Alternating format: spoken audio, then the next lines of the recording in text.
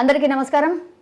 ఇప్పుడున్నటువంటి breaking news, BRS MLC కవితకి ED నోటీసులు ఇచ్చింది. అంతకంటే ముందు కూడా కవిత సిబిఐ నోటీసులకు అనుగుణంగా ఆమె విచారణ కూడా జరిగింది. ఆ తర్వాత వచ్చినటువంటి నోటీస్.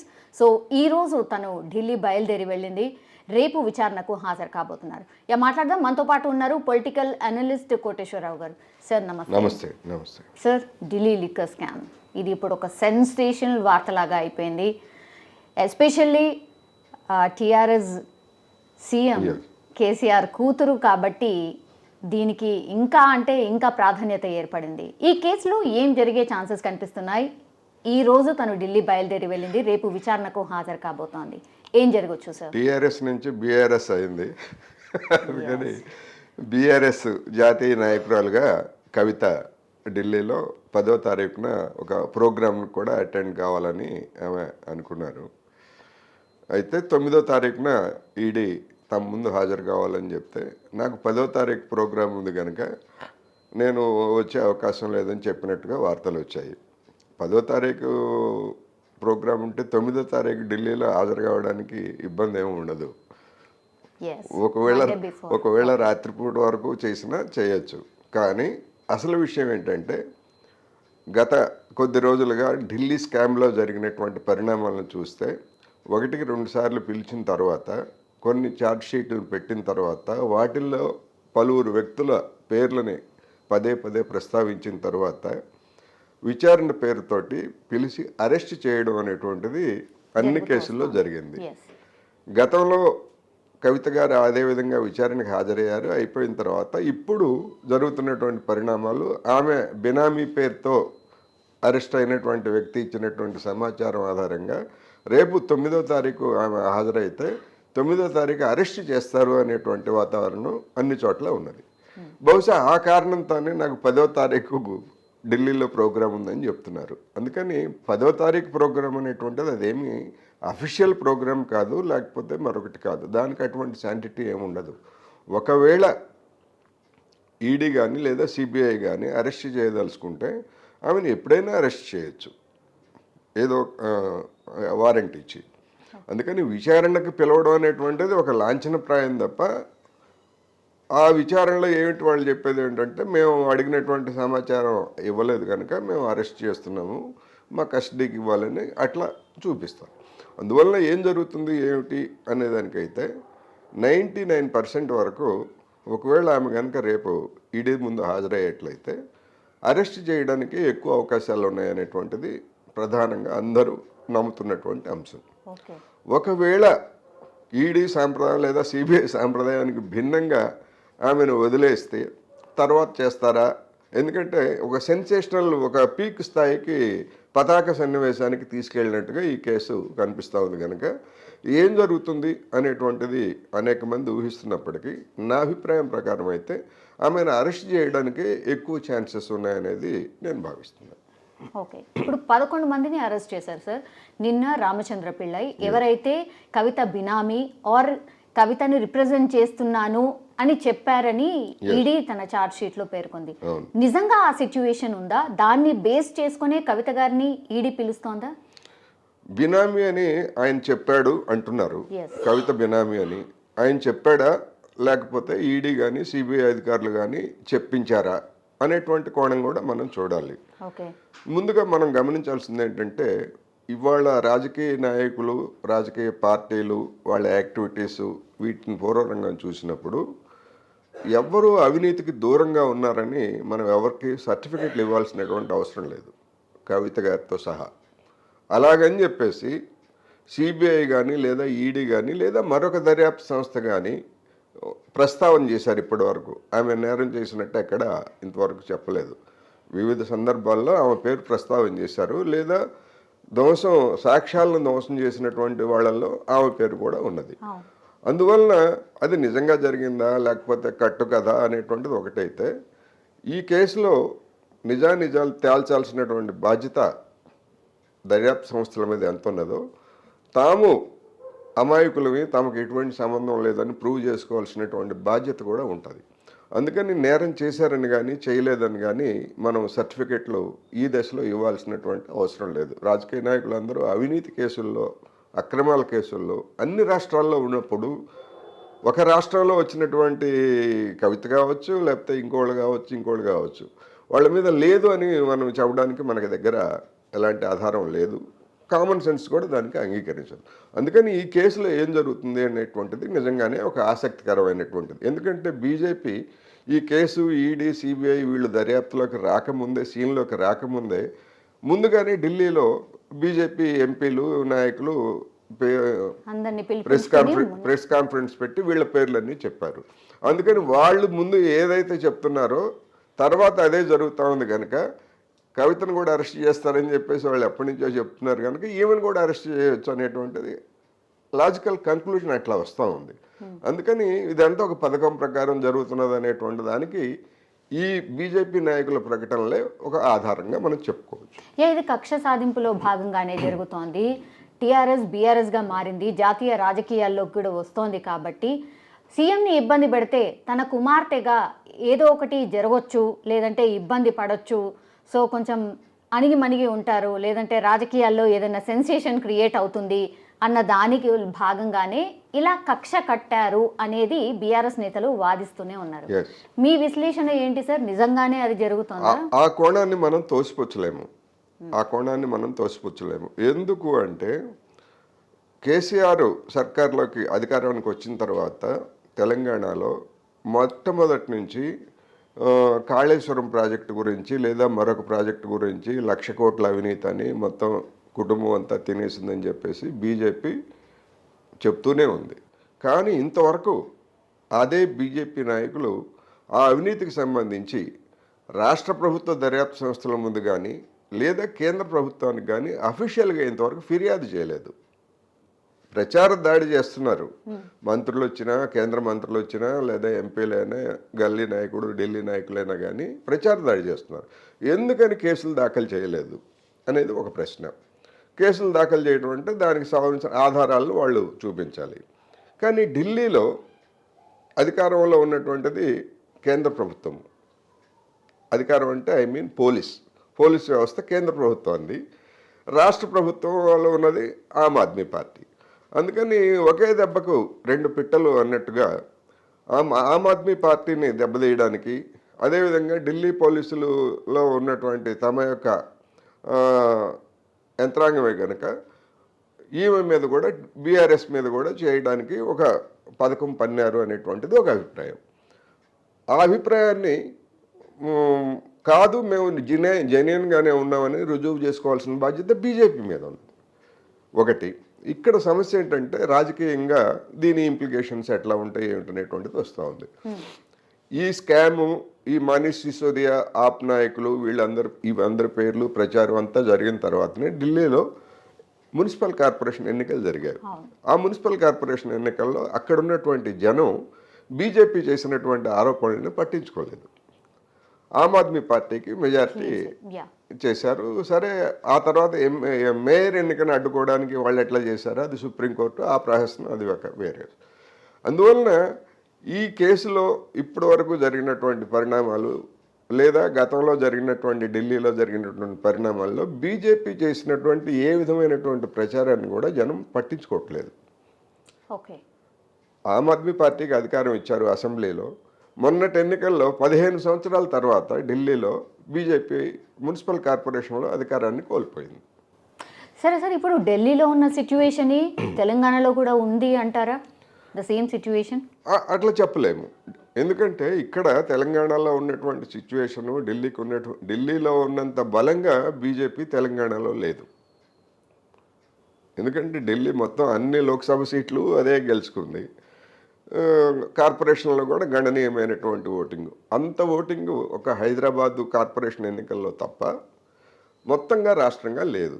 కానీ ఇటువంటి కేసుల ద్వారా, ఇటువంటి ప్రచారం ద్వారా అధికారాన్ని చేజిక్కించుకోవచ్చు అనేటువంటి ఒక గ్రాండ్ స్ట్రాటజీ తోటి ఒక మైండ్ గేమ్ బీజేపీ ఆడుతూ ఉంది. దానిలో భాగంగానే ఈ లిక్కర్ స్కామ్ను కూడా మనం చూడవచ్చు. ఇంకోటి ప్రతిపక్షాలు ఆరోపిస్తున్నట్టుగా సార్, ఇప్పుడు ఢిల్లీ లిక్కర్ స్కామ్కి సంబంధించి వార్తలు ఇప్పుడు వచ్చినా అరవింద్ కేజ్రీవాల్ డైరెక్ట్ వచ్చి మాట్లాడిన సిచ్యువేషన్. కానీ ఇక్కడ ఎందుకని సీఎం కేసీఆర్ కావచ్చు, లేదంటే కేటీఆర్ కావచ్చు, ఎందుకు రెస్పాండ్ కావట్లేదు అనేది కూడా ఒక ప్రశ్న సార్. అది సహజంగానే అందరికీ వస్తున్నటువంటి ప్రశ్న. అరవింద్ కేజ్రీవాల్ తన మంత్రులని తాను సమర్థించుకోవాలి. వాళ్ళ మీద కేసులు దాఖలు చేశారు, అరెస్టులు చేశారు. ఇంకా ఇక్కడ కవిత పేరు ప్రచారం చేయడం లేదా రిమాండ్ రిపోర్టుల్లో వాటిల్లో మెన్షన్ చేయడం తప్ప ఆమె నేరం చేశారనేటువంటిది ఛార్జ్ షీటు ఆమె మీద ఇంతవరకు ఛార్జ్ షీట్ పెట్టలేదు.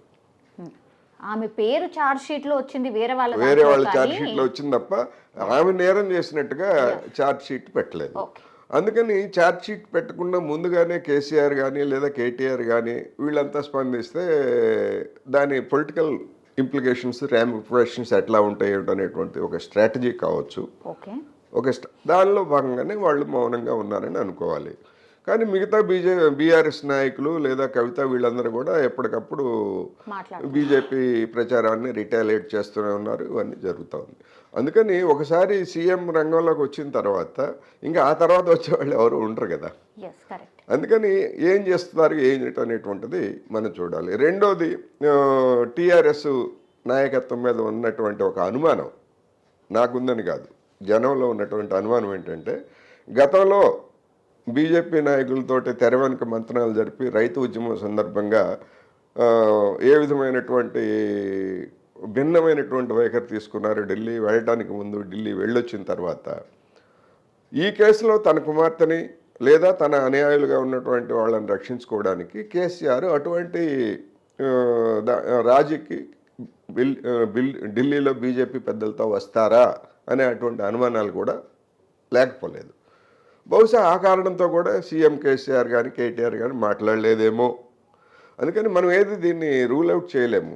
ఎందుకంటే క్రెడిబిలిటీ అనేటువంటిది ఒకసారి ఆ విధమైనటువంటి క్రెడిబిలిటీ కేసీఆర్ ఖాతాలో ఉన్న తర్వాత తన సిన్సియారిటీని నిరూపించుకోవాల్సిన బాధ్యత కూడా ఇప్పుడు ఆయన మీద ఉంది. తన కుమార్తెని లేదా బీఆర్ఎస్ నాయకురాలైనటువంటి కవితని ఎట్లా రక్షించుకుంటారు ఏమిటన్నది దట్ ఈస్ డిఫరెంట్. కానీ బీజేపీతో రాజీ లేని పోరాటం చేస్తారా లేదా అనేటువంటిది దానికి ఈ ఉదంతం కూడా ఒక గీటరాయిగా మారబోతున్నది. కానీ చాలా రోజుల నుంచి ప్రచారం జరుగుతోంది, కవిత గారిని అరెస్ట్ చేస్తారు అని. కానీ చాలా ప్రొలాంగ్ అయిపోయింది, ఇంకా చెయ్యరు, వీళ్ళేదో లోపాయికారి ఒప్పందం చేసుకొని వచ్చేసారు, కవిత అరెస్ట్ ఉండదు అనేసి కూడా ఒక టాక్ నడిచింది సార్. అండ్ ఈ సందర్భంలోనే బీజేపీ అండ్ బీఆర్ఎస్ ఒక్కటే, వాళ్ళు ఒక్కటిగానే ఉన్నారు. కానీ ప్రొజెక్షన్ ఏం చేస్తున్నారంటే వీళ్ళిద్దరు ఫైట్ చేస్తున్నట్టు చూపెడుతున్నారు అనే భావన కూడా ఒకటి క్రియేట్ అయింది సార్. దాని తర్వాత ఈరోజు కవిత గారికి వచ్చినటువంటి ఈడీ నోటీస్, ఇప్పుడు రేపు అరెస్ట్ చేస్తే ఈ సినారియో మారిపోతుందా? రాజకీయంలో ఎట్లాంటి చేంజెస్ రావచ్చు? అంటే మీరు చెప్పినటువంటి ఒక కథనం, ఒక కుట్ర సిద్ధాంతం లేదా ఒక పొలిటికల్ థియరీ అనేటువంటిది నడుస్తున్నమాట వాస్తవం అది. కానీ అట్ ది సేమ్ టైం దానికి కౌంటర్గా నడుస్తున్నది ఏంటంటే, ముందస్తు ఎన్నికలు అనేటువంటివి తెలంగాణలో వస్తాయి. ఆ ముందస్తు ఎన్నికలు రాబోయే ముందు కవితను అరెస్ట్ చేస్తే అధికార పార్టీని ఇబ్బందుల్లో పెడితే తమకు రాజకీయంగా మైలేజ్ వస్తుంది అనేటువంటిది బీజేపీ ఎత్తుగడగా కూడా ఒక కథ నడుస్తూ ఉంది. అందుకని ఆమె అరెస్టును వాయిదా వేస్తూ సినిమాటిక్గా కరెక్ట్గా ఎన్నికలకు ముందో లేదా ఎన్నికల ప్రకటన ఇటువంటి సందర్భాల్లో చేస్తే ఇబ్బందులు పెట్టవచ్చు అనేటువంటి స్ట్రాటజీతో బీజేపీ ఉందని కూడా చెప్తున్నారు. అందుకని ఇవన్నీ కూడా ఏంటంటే రకరకాల సిద్ధాంతాలు, ఇప్పుడు మీలాంటి వాళ్ళు నాలాంటి వాళ్ళు రకరకాలుగా ఆలోచిస్తున్న దాని నుంచి వస్తున్నాయి.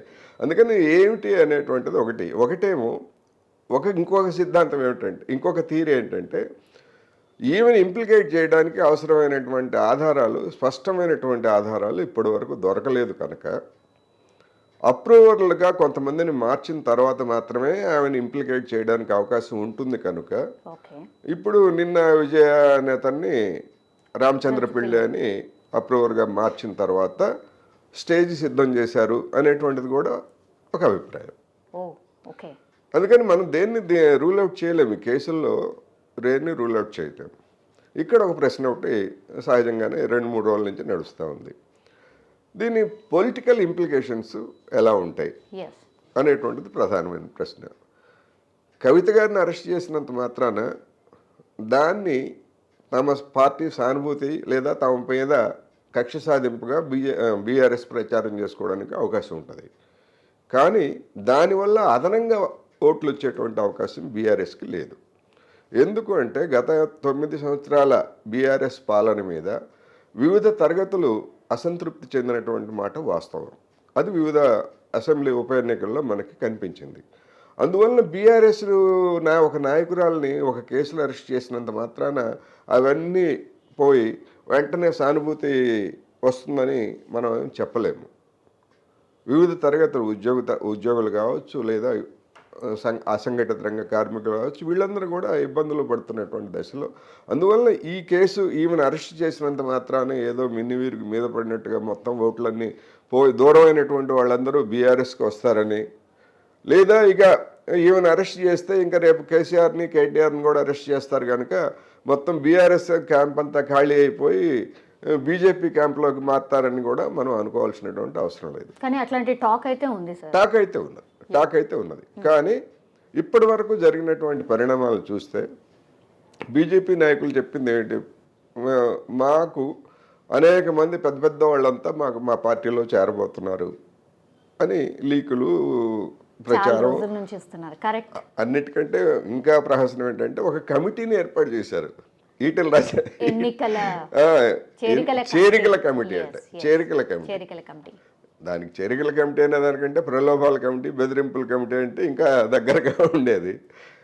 ఏ పార్టీ ఆ విధంగా చేరికల కమిటీ అనేటువంటి దాన్ని అంతగా చేయలేదు. అందువల్ల ఇవన్నీ కూడా ఏంటంటే ముందస్తు ఎన్నికలు, ఆ ఎన్నికల్లో పోటీ, వీటి చుట్టూతో తిరుగుతున్నాయి కనుక అరెస్ట్ చేసినంత మాత్రాన అదనంగా బీజేపీకి కలిగే లబ్ధి ఉండదు, లేదా అదనంగా బీఆర్ఎస్కి కలిగేటువంటి లబ్ధి కూడా ఉండదు అనేది నా అభిప్రాయం.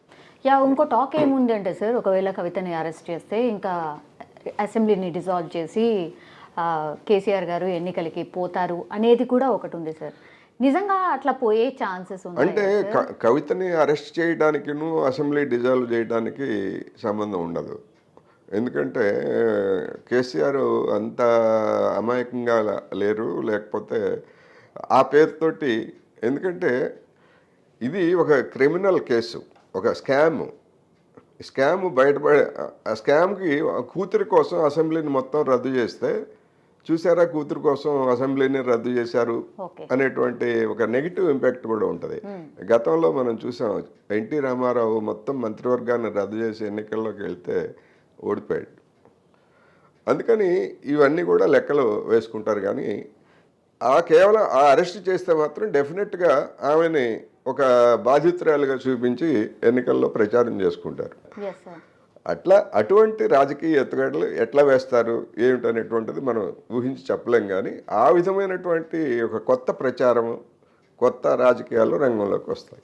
చాలా రోజుల నుంచి అంటే ఈ ఈడీ ఆర్ సిబిఐకి సంబంధించిన కేసు కొత్తదేమీ కాదు సార్. సో వీళ్ళకి ఇంత టైం దొరికింది బీఆర్ఎస్కి, ఒక స్ట్రాటజీ ప్రిపేర్ చేసుకోకుండానైతే ఉండదు. నెక్స్ట్ ఏం స్టెప్ చేయొచ్చు, నెక్స్ట్ ఏం స్టెప్ అవుతుంది, ఒకవేళ కవిత అరెస్ట్ అయితే ఎలా, లేకపోతే ఇంకోటి అవుతే ఎలా అనే స్టెప్స్ అయితే డెఫినెట్లీ ఊహించుకొని ఉంటారు సార్. సో బీఆర్ఎస్ స్టెప్ ఏముండొచ్చు సార్? అదే కదా ఇప్పుడు బీఆర్ఎస్ స్టెప్ ఎమ్మెల్యేల కొనుగోలు దానికోసం వేశారనేటువంటిది ఒకటి కదా, అది బూమరాంగ్ అయింది. స్ట్రాటజికల్గా ఆ విధంగా ఒక ముఖ్యమంత్రి పోలీసు అధికారులు సేకరించినటువంటి సమాచారాన్ని న్యాయమూర్తులకి పంపించడం అనేటువంటిది వాళ్ళు బహుశా స్ట్రాటజిస్ట్లో వైఫల్యం. అది అట్లా ఎవరు చేయరు. చేస్తే దానికి శాంటిటీ లేదనేటువంటిది.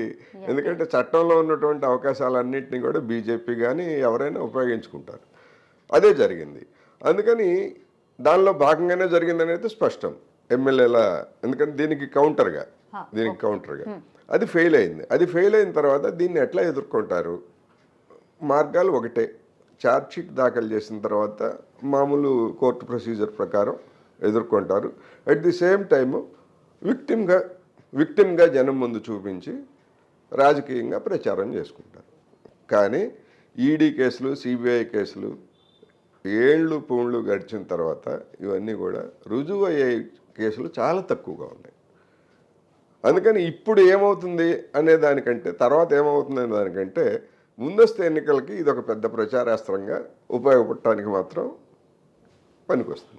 అంటే జస్ట్ నవంబర్లోనే ఎన్నికలు సార్. సో ముందొస్తూ అంటే ఇంకా ఎంత ముందుకు వెళ్ళొచ్చు? అంటే ఇప్పుడు మే నెలలో కర్ణాటక అసెంబ్లీతో పాటు జత చేస్తారని కదా, అందుకనే అసెంబ్లీ బడ్జెట్ సమావేశాలను కూడా అడ్వాన్స్ చేసి మొత్తం బడ్జెట్ ప్రపోజల్స్ వీటన్నిటిని కూడా చేసుకున్నారని. ఓకే. అందుకని ఛాన్సెస్ ఎంతవరకు ఉన్నాయి సార్? ఛాన్సెస్ ఉన్నాయనే చెప్తున్నారు. ఓకే. ఉన్నాయనే చెప్తున్నారు. ఎందుకు అంటే దానికి కూడా మళ్ళీ ఉన్నాయి. ఇప్పుడు దళిత బంధుని ప్రకటించారు పోయిన సంవత్సరం, ఒక్కళ్ళకి ఇవ్వలేదు. 17,000 కోట్లు కేటాయించారు. ఆ 17,000 కోట్లు కేటాయించలేదు, ఖర్చు చేయలేదు. ఇప్పుడు ఆ మళ్ళా 17,000 కోట్లని ఆ దళిత బంధు పేరుతో చేశారు. ఇంతవరకు దానికి సంబంధించినటువంటి విధానాలు కానీ లేదా ఇంప్లిమెంటేషన్కి సంబంధించినటువంటి కానీ తీసుకోలేదు. అవి చెయ్యకపోతే నవంబర్ వరకు డిసెంబర్ వరకు గడువు ఉంది కదా, డిసెంబర్ వరకు ఇదే కనుక కంటిన్యూ అయ్యేట్లయితే మరి ఎందుకు అమలు జరపలేదు అనేటువంటి ప్రశ్న వస్తుంది కదా. ఇప్పుడంటే అదిగో ఎన్నికలు వచ్చాయి, ఎన్నికలు అయిపోయిన తర్వాత మేము అమలు జరుపుతామని చెప్పుకోవడానికి ఒక ఎలిబి ఉంటుంది. కానీ నవంబరు డిసెంబర్ వరకు కనుక ఆగితే దాన్ని చెప్పుకోవడానికి ఉండదు కదా. అందుకని ఈ కారణంగా ఇటువంటివన్నీ కూడా ఒకటి. రెండోది, అనేక పథకాలకు అవసరమైనటువంటి నిధులు ఇప్పుడు మార్చి 31 వరకు ఇంకా ఖర్చు కావాల్సి ఉన్నాయి. ఈ ఖర్చు కావాల్సిన దానిలో ఎంత లోటు ఉంటుంది, కంపల్సరీగా చెల్లించాల్సినటువంటి అంటే మామూలు అధికార యంత్రాంగానికి చెల్లించాల్సినవి కొన్ని, అడ్మినిస్ట్రేటివ్, పోలీస్ ఇటువంటివన్నీ కొన్ని ఉంటాయి కదా, వాటికి అవసరమైనటువంటి నిధులు ఏప్రిల్ 1 నుంచి ఎక్కడి నుంచి తీసుకొస్తారు ఏంటి, ఇవన్నీ కూడా రాష్ట్ర ప్రభుత్వం ముందున్నటువంటి పెద్ద సవాళ్ళు ఆర్థికంగా. అందుకని వీటన్నిటిని తప్పించుకోవాలంటే మే నెలలో కర్ణాటకతో పాటు కనుక పెట్టేట్లయితే ఇవన్నీ కూడా ఎజెండా వెనక్కిపోయి కొత్త ఎజెండా ముందుకు వస్తుంది. ఆ తర్వాత రాజెవరో రెడ్డెవరో అన్నట్టుగా ఎన్నికల్లో గెలిచిన తర్వాత చూసుకోవచ్చు అనేటువంటి స్ట్రాటజీ కూడా ఉన్నది. అందుకనే ఇవంతా చేస్తున్నారనేది ఒక అభిప్రాయం. సార్, ఓవరాల్గా ఈ కేసులో ఏం జరగచ్చు సార్? ఓవరాల్గా ఈ కేసులో ఏం జరగవచ్చు అంటే, ఇప్పుడు రామచంద్ర పిళ్ళే అప్రూవర్గా మారినంత మాత్రాన ఆయన చెప్పిందే వేద ప్రమాణం కాదు. ఆయన చెప్పిన దానికి తను ఆధారాలు చూపించాలి, దర్యాప్తు సంస్థలు కూడా తగినటువంటి ఆధారాలు చూపించాలి.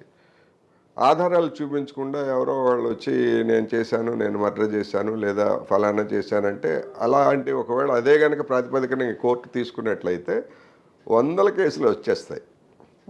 అందుకని కోర్టు కూడా దాన్ని అంత తేలిగ్గా అంగీకరించదు. అందుకని దాన్ని ఎట్లా చేస్తారు, ఏ ఆధారాలు వాళ్ళ దగ్గర ఉన్నాయి అనేటువంటిది జనానికి తెలియాలి. అవి ఛార్జ్షీట్లు దాఖలు చేసిన తర్వాత, ఈ ఛార్జ్షీట్లు కూడా ఒకసారి దాఖలు చేయడం కాకుండా ఇంకా అదనపు ఛార్జ్షీట్ల పేరుతో తర్వాత మేము దాఖలు చేస్తాం అనేటువంటి ఇది కూడా వాటికి ఆ దర్యాప్తు సంస్థలకు ఉన్నటువంటి అవకాశాలు అవి. మాకు కొత్తగా ఆధారాలు దొరికాయి లేదా కొత్తగా ఎవిడెన్స్ దొరికింది కనుక మేము అదనపు ఛార్జ్షీట్లు వేస్తున్నాం అంటారు. అందుకని ఇప్పుడు ఏదో మొత్తం అయిపోయిందని ఈ అప్రూవర్గా మారినటువంటి చెప్పినటువంటి వాళ్ళతోటి అంతా నేరం నిరూపితమైందని మనం అనుకోవాల్సినటువంటి అవసరం లేదు. దాన్ని నిరూపించాల్సినటువంటి బాధ్యత దర్యాప్తు సంస్థల మీద ఉంటుంది. ఎట్లా చేస్తారు ఏమిటనేటువంటిది మిగతా సినిమా వెండితెర మీద చూద్దాం అన్నట్టుగా ఈ కేసులో కూడా అదే మనం చెప్పుకోవచ్చు. Yes, sir.